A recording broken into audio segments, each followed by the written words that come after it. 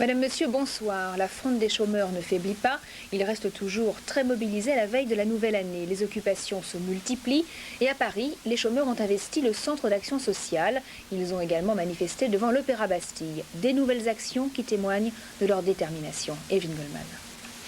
Les demandeurs d'emploi continuent leurs actions. Plusieurs centaines se sont rassemblés devant l'Opéra Bastille mardi à l'appel d'Agir ensemble contre le chômage. Ils réclament un salaire minimum.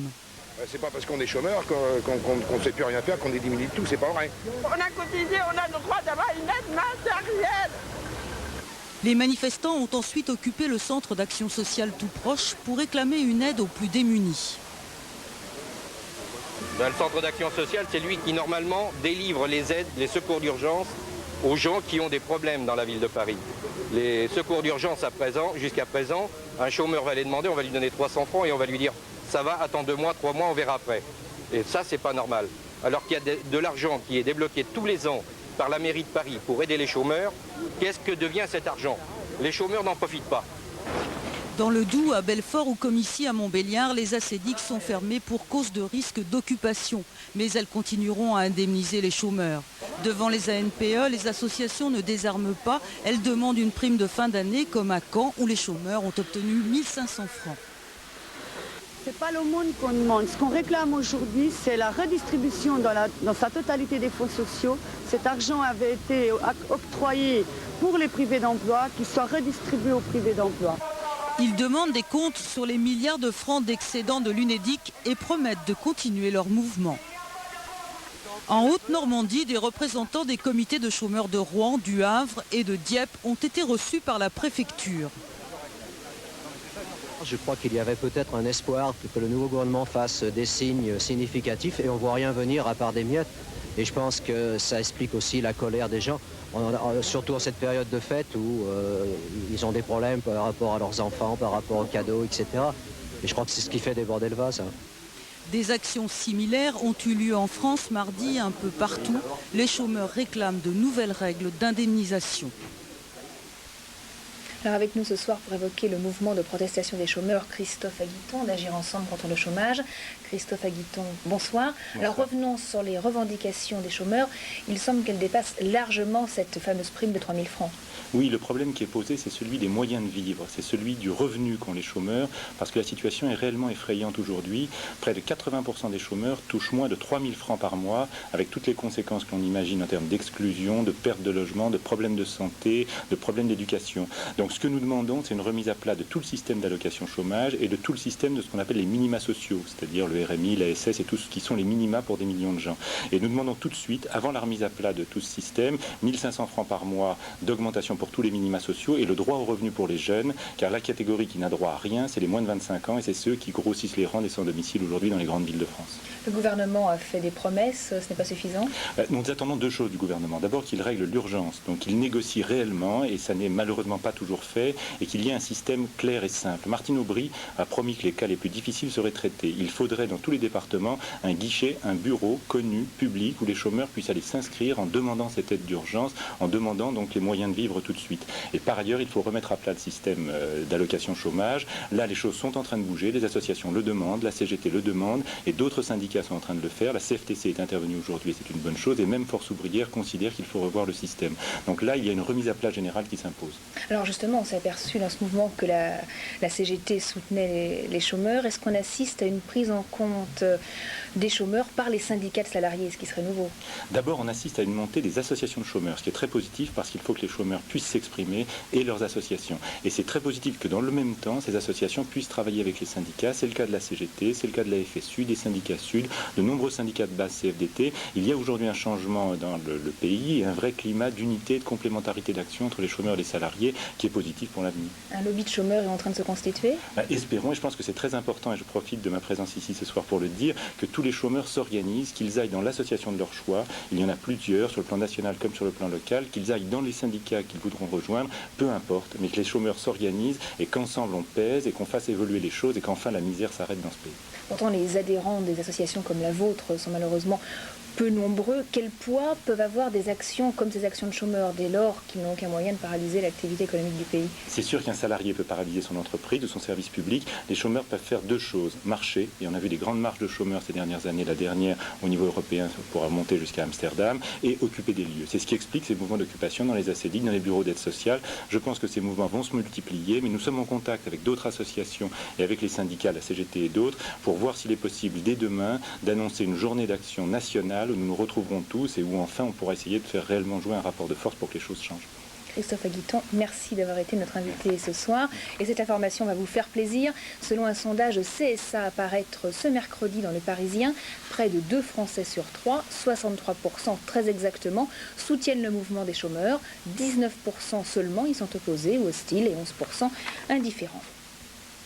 Le mal-vivre dans les banlieues s'exprime souvent par la violence, comme nous en avons relaté plusieurs exemples ces derniers jours. Il suffit parfois d'une rumeur pour envenimer les choses. Par exemple à Toulouse, une poussée de violence a éclaté entre les jeunes d'un quartier populaire et les CRS après la mort d'un jeune homme de 20 ans. Il avait volé une voiture et on l'a dit poursuivi par la police, ce qui était faux. Les îlotiers du quartier ont expliqué les faits et le calme est revenu. Exemple d'une communication réussite. Notre confrère Le Canard enchaîné, il est moins pointilleux avec ses déclarations d'impôts. Jean-Claude Trichet, le gouverneur de la Banque de France, fait l'objet d'un redressement fiscal d'environ 100 000 francs pour avoir omis de déclarer en 1994 quelques avantages en nature, comme notamment l'exonération de loyer d'un appartement de fonction de 300 mètres carrés donnant sur les jardins du Palais Royal. Pas d'accalmie pour cette fin d'année en Algérie. En 10 jours, plus de 300 personnes ont été massacrées. Les témoins de cette tuerie habituellement ne s'expriment pas par peur de représailles. 2 femmes ont néanmoins décidé de briser le silence. Elles auraient été enlevées en septembre dernier par des membres du GIA pour leur servir d'esclaves. Pour des raisons de sécurité, elles témoignent à visage caché. Cyril Devaux. Lorsqu'ils ont brûlé notre village, ils ont tué tous les membres de ma famille. Ils ont tué mes sœurs. Je les ai vus les tuer. Ils leur ont coupé la gorge. Ensuite, ils se sont attaqués au voisinage. Ils ont tué 4 sœurs de 20, 23, 24 et 26 ans. Ils ont aussi tué leurs cousins de 16 et 18 ans. Toutes les femmes ont été violées avant d'être tuées. Une femme a été violée par 4 hommes. Et un des terroristes m'a dit « Je suis ton maître, on va se marier et je te protégerai ». Il m'a violée, ensuite 3 autres hommes m'ont violée dans la nuit. J'avais 8 enfants, 5 jeunes hommes et 3 filles. Ils m'ont fait cette horrible chose, à moi. Ce sont des criminels et ils torturent nos filles.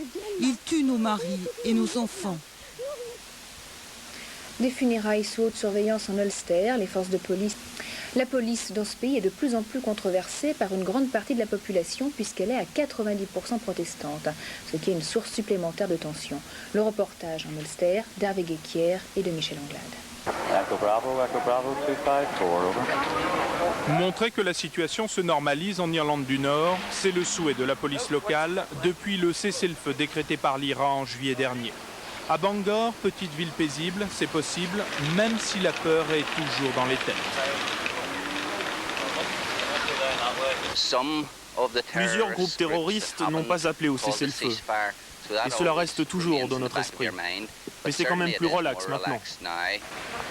Héritage d'une histoire ségrégationniste, la police nord-irlandaise compte 90% de protestants. Elle était donc la cible privilégiée de l'IRA. 200 hommes ont été tués en 20 ans.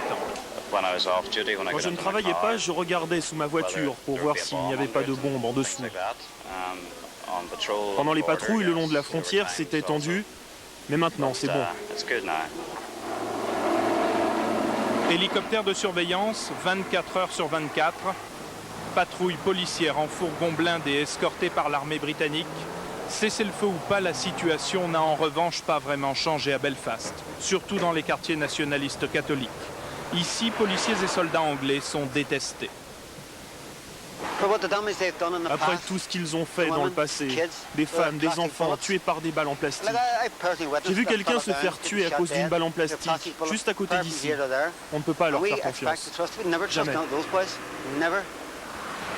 De véritables camps retranchés abritent policiers nord-irlandais et soldats britanniques. Les caméras permettent une surveillance constante de la population, surtout dans les quartiers catholiques nationalistes. Depuis plus de 30 ans, on ne leur a pas parlé. On ne voit pas pourquoi on commencerait maintenant. Ça durera tant que la police irlandaise mentira et qu'elle ne traitera pas les gens avec égalité. Les catholiques nationalistes, dans le cadre du processus de paix, exigent une réforme de la police pour qu'enfin celle-ci représente toute la population nord-irlandaise et pas seulement la communauté protestante. Les grandes banques commerciales des 7 pays industrialisés volent au secours de la Corée du Sud. Elles acceptent de rééchelonner la dette à court terme d'entreprises sud-coréennes qui ne peuvent plus faire face à leur échéance. De son côté, le Fonds monétaire international va débourser 2 milliards de dollars de plus, soit au total 120 milliards de francs pour aider ce pays victime de la crise asiatique. La suite de l'actualité à l'étranger avec pour commencer la Serbie où la police a sévèrement réprimé une manifestation d'étudiants albanais. Cyril Devaux. Les élections générales déchaînent la violence au Kenya. Les émeutes ont débuté après les accusations de fraude généralisée portées par tous les partis politiques, de la majorité comme de l'opposition. Selon des témoins, cette personne aurait déjà été tuée depuis 1992. Jamais scrutin n'avait été si disputé au Kenya. En Espagne, la justice va poursuivre 36 militaires et policiers argentins, une action qui entre dans le cadre de son enquête sur l'assassinat ou la disparition de citoyens espagnols pendant la dictature militaire en Argentine. Le juge Garzón avait déjà délivré 10 mandats d'arrêt internationaux pour génocide. Et avant de nous quitter, sachez qu'il n'y aura pas de journal de la nuit demain en raison du réveillon. J'en profite d'ailleurs pour vous souhaiter une excellente fin d'année, bien arrosée de champagne, car l'année aura été pétillante pour ce breuvage, avec une hausse de 7,5% des ventes par rapport à l'année dernière, avec 270 millions de bouteilles vendues. Un record qui s'explique par la bonne tenue du marché français, de fortes exportations et l'approche de l'an 2000 qui suscite des achats de précaution.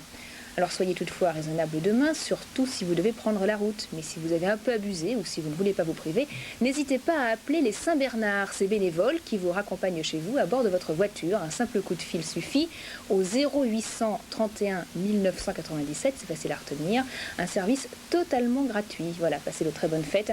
J'aurai le plaisir de vous retrouver avec toute l'équipe du Journal de la Nuit jeudi. Bon réveillon et à jeudi.